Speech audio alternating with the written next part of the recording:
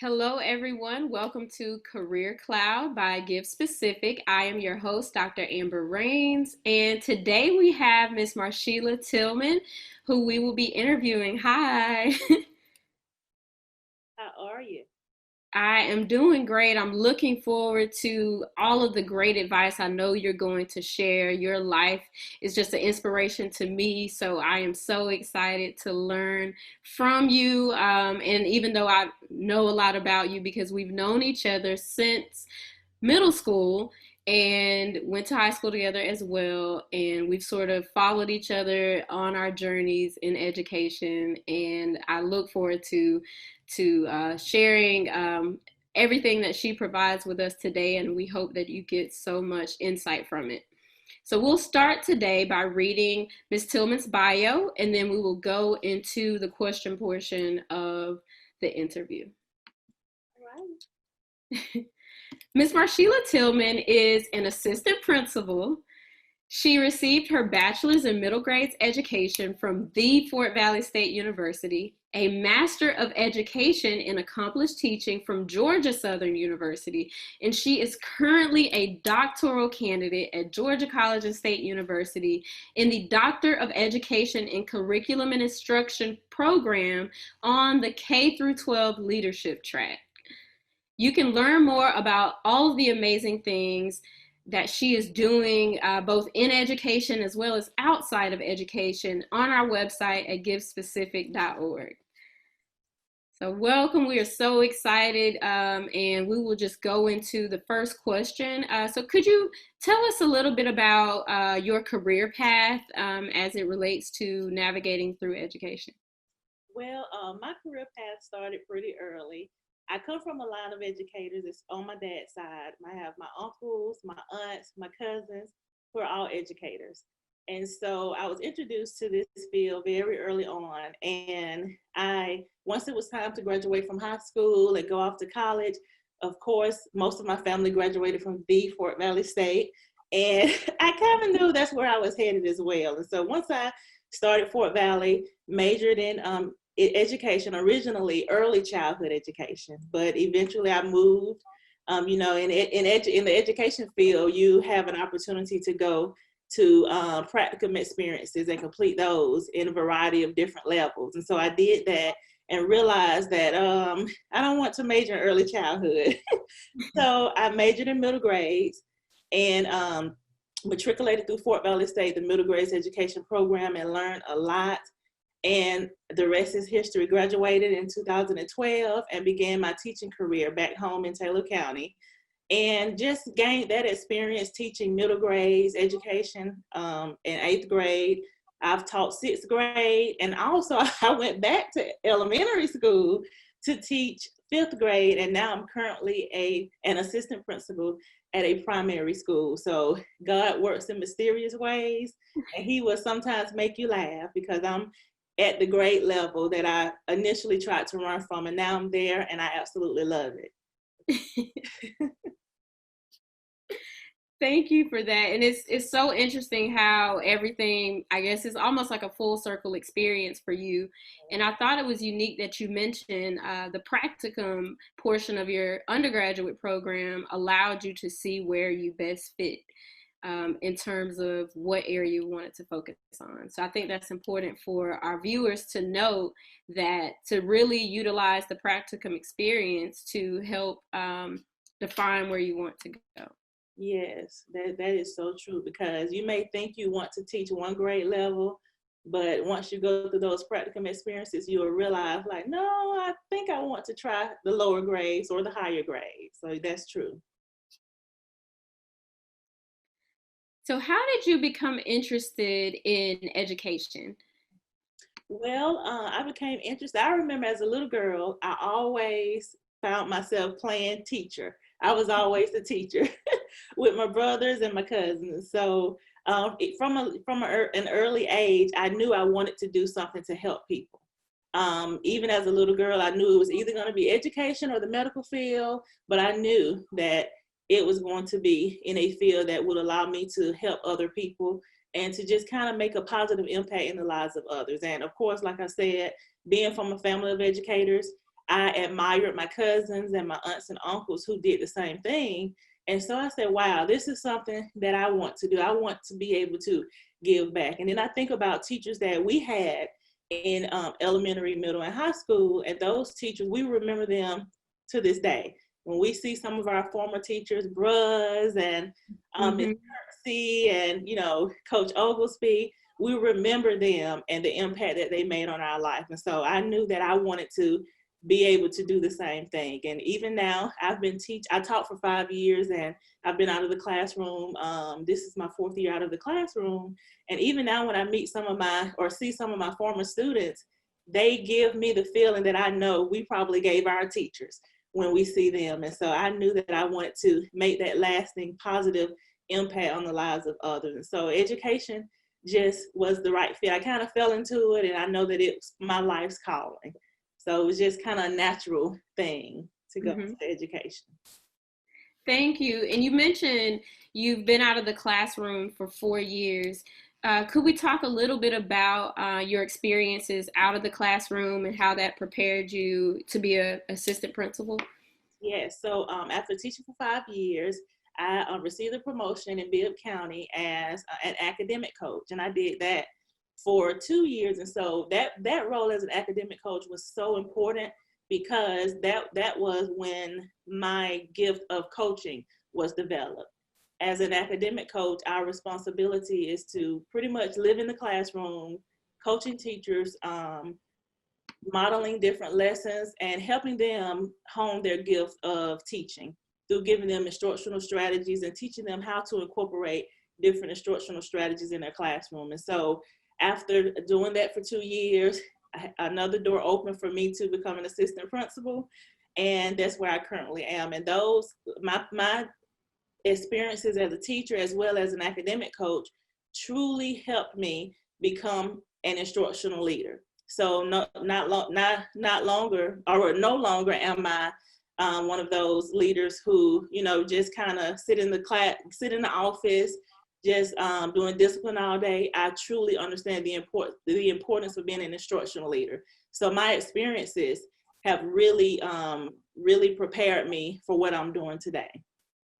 Thank you so much for breaking that down. I think it's important for our viewers and students, as well as potential teachers that are watching the interview, to know how they can navigate their trajectory into leadership and what is important. And I had read in your bio about academic coaching, and I thought that was a great example of a role that not only is a promotion, but it's an experience to already have that coaching impact or relationship with your peers that you were teaching with and now leading in a different way. So thank you so much for sharing that. And as we sort of talk about and discuss your role as an assistant principal, could you talk about what problems you deal with, or what a typical day is like for you as an assistant principal? Yeah, so as an assistant principal, our role is to assist the principal in the operational, instructional, and discipline leadership in the entire school. So my day really consists of first meeting with the principal. I always ask her, what does she have on the agenda for today? Does she know of any problems or have anything taken place that we need to be aware of? And so our role is to support her, to help take the load off of her, and to also make sure that we are rolling out the vision that she has. And so our problems, I'm going to be honest, as an assistant principal, as a leader or a classroom leader, any type of educator, problems may arrive that you don't necessarily plan for.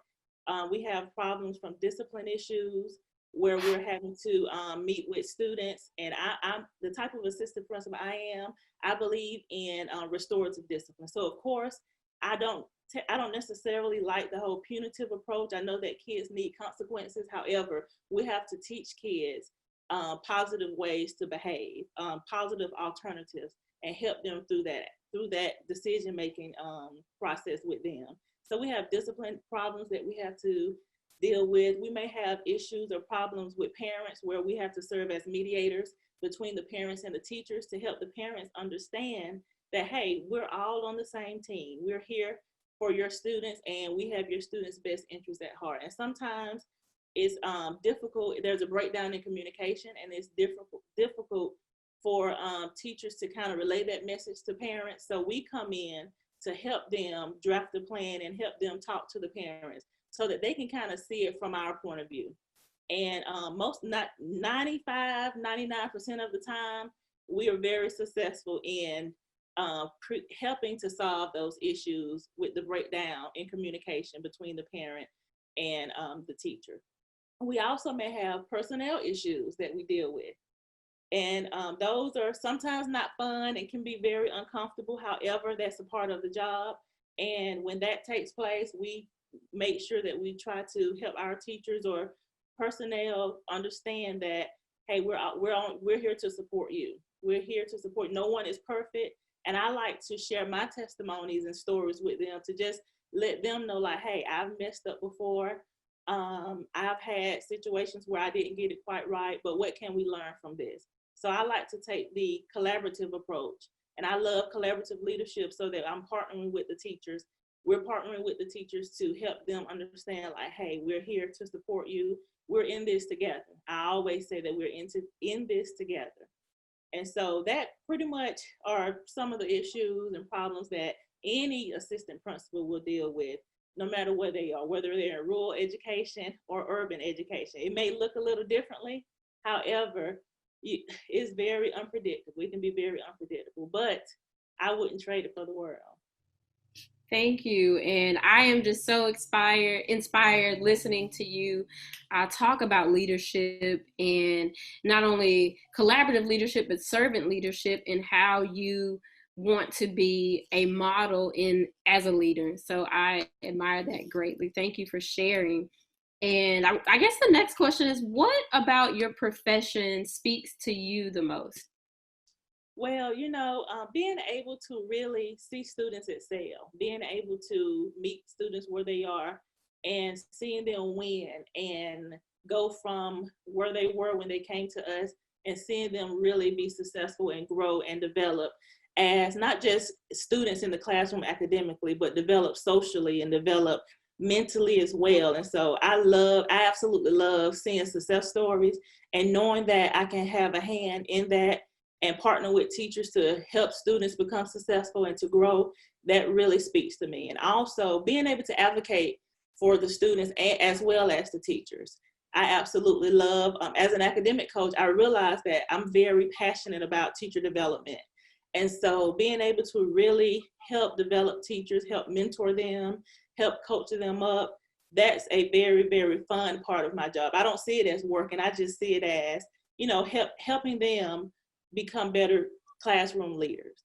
And so those are a few things that really speak to me in my role and that I absolutely love, because I believe that as an adult and as a teacher, a leader, it's our responsibility to look back and help make sure that we have productive citizens of our future, and those are the students. And so I really see it as a ministry. I really do. It's not work to me. It's not something that, I take lightly. It's something that I'm very, very serious about. And I just want to serve, and I want to give back, and to just make sure that at the end of my life, that I'll hear well done, because I've done the job that I was put here on earth to do through educational leadership. Thank you so much. So developing the whole student is something that I think I got from the answer that you just gave us. So thank you. And the next question is, what skills, abilities, and personal attributes are essential to success in your field? Well, first of all, I think that in order to be successful in this field, you must have a high level of integrity. You must be able to make sure that you're doing the right thing, even if no one is looking, because that's very important. Parents, they send their most prized possession to us every single day, and they trust that we're going to do right by them at all times. And so I think that we must have integrity. We must be honest at all times and make sure that we're not, covering up anything to make ourselves or to save face, to make ourselves look good or to save face, but that we're being honest and doing right by kids. I believe that you must have a high level of emotional intelligence it's so important that we do not react in a manner that could really put us at jeopardy or put students' lives at risk as well. So we must know how to respond intelligently and not wear our emotions on our sleeves. And that's to go for the classroom leader as well as the building or district leader as well. I think that you must have a heart to serve others. You have to have a heart to serve others and a heart to do so selflessly. Um, and there are a lot of skills, and I could go on and on, a lot of skills and attributes that you need, but those are the very, very important ones. And as an assistant principal, and even more probably as a district leader as well, you have to know how to delegate, because this work can become very taxing, and there is no I in this work. So you have to really know how to delegate and work together with others, because you can't do it alone. Our principal, we assist her, and she has a team of other people who are able to help carry out her vision as well. So those are all important pieces and qualities that you need to be successful in this field. Thank you, thank you. And you mentioned I guess when we're thinking about the responsibilities or the skill set needed, that means you're going to confront challenges. Integrity is important because you will be confronted with challenges. Yeah. So when you feel overwhelmed or unfocused in this work, or have lost focus temporarily, what do you do? Well, sometimes I have to kind of take a step back and really remember my why. Sometimes we can get so boggled down in challenges, unexpected challenges or problems, or just the roles and responsibilities of being an assistant principal, that you forget why you came into this work.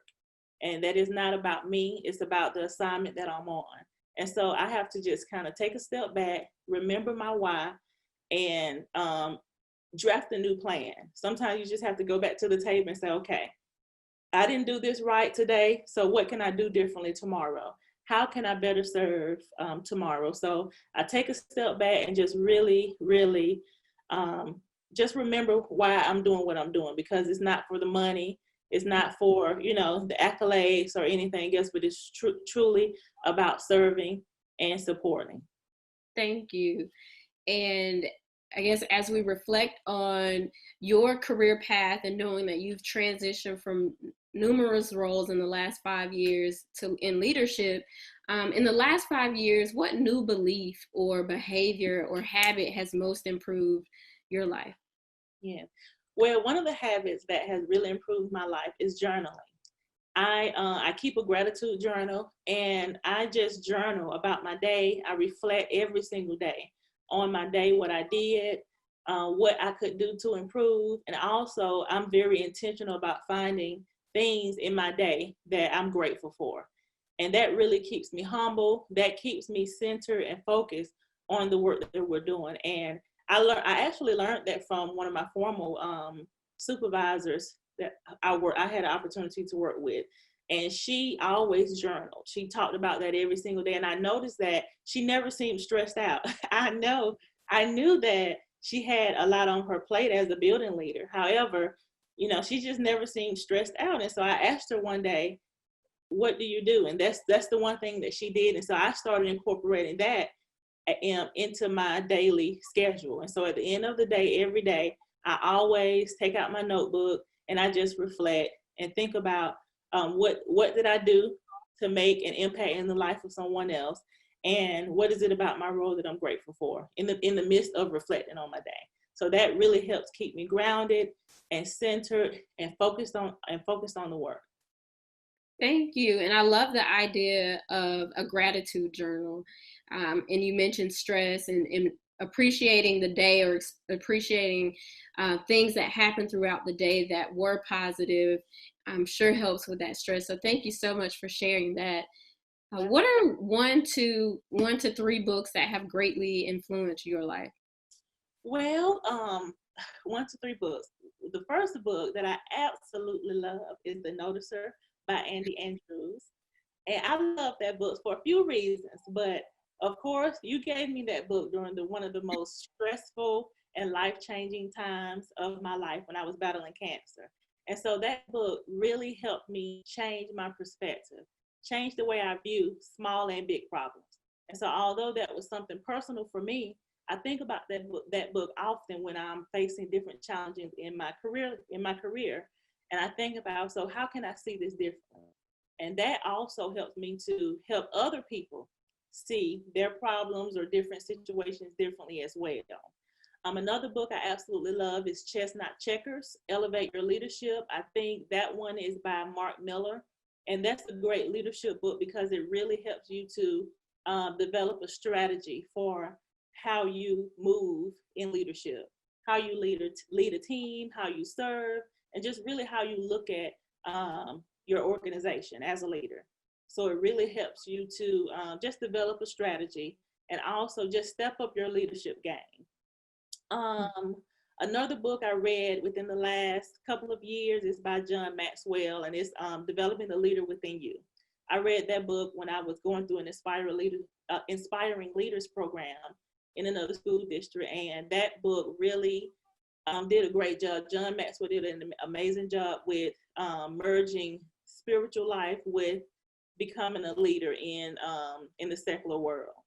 And so I really learned a lot of great nuggets, and I would encourage anybody, whether you're wanting to serve as a building leader, district leader, classroom leader, to read those 3 books because they are extremely life-changing.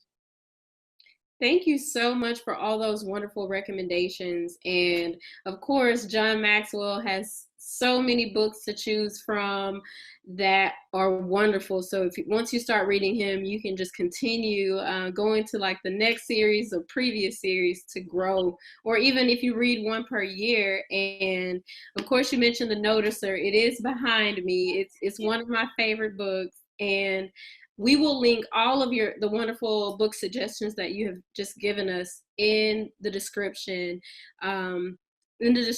box below.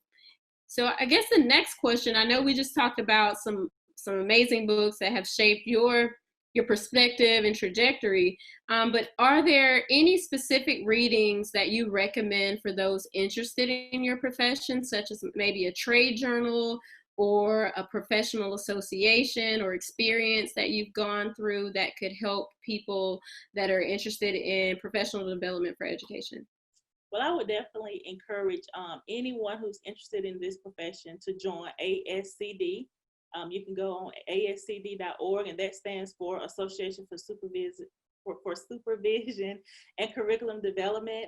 And that's not just for leaders, that's for teachers as well. They have amazing webinars, different book suggestions, different articles that you can read. That's very amazing. I would encourage anybody to join that. And also, if you're interested in a specific content area, find those organizations and join as well. I know there's a couple of them for English, for reading as well, the International Reading Association. That's an amazing one if you're interested in like reading and literacy.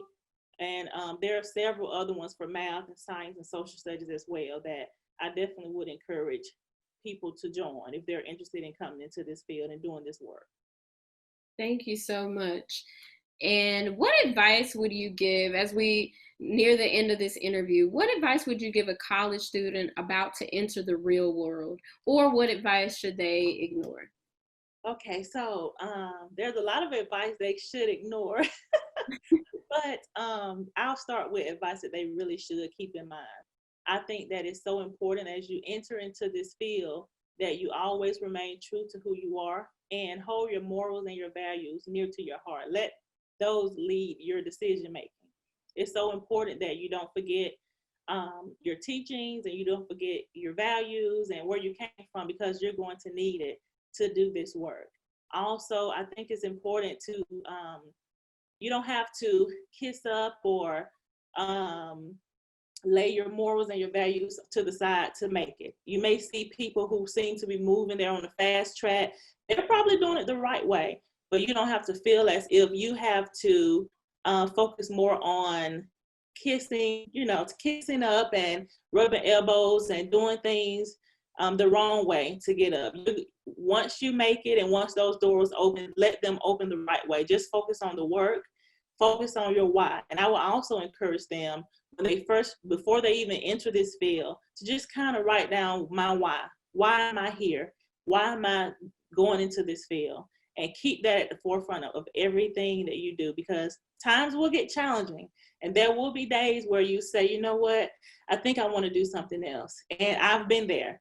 But when you really think about why you're doing this work, then you'll realize, like, hey, if I do anything else in this world, I'm not going to be fulfilled, because I know that my purpose is to be in education. So it's important. I applaud anybody who chooses this field. It's something we need. Good people. We need more educators in this field who truly have a heart for kids. And I think that is a wonderful field to be in.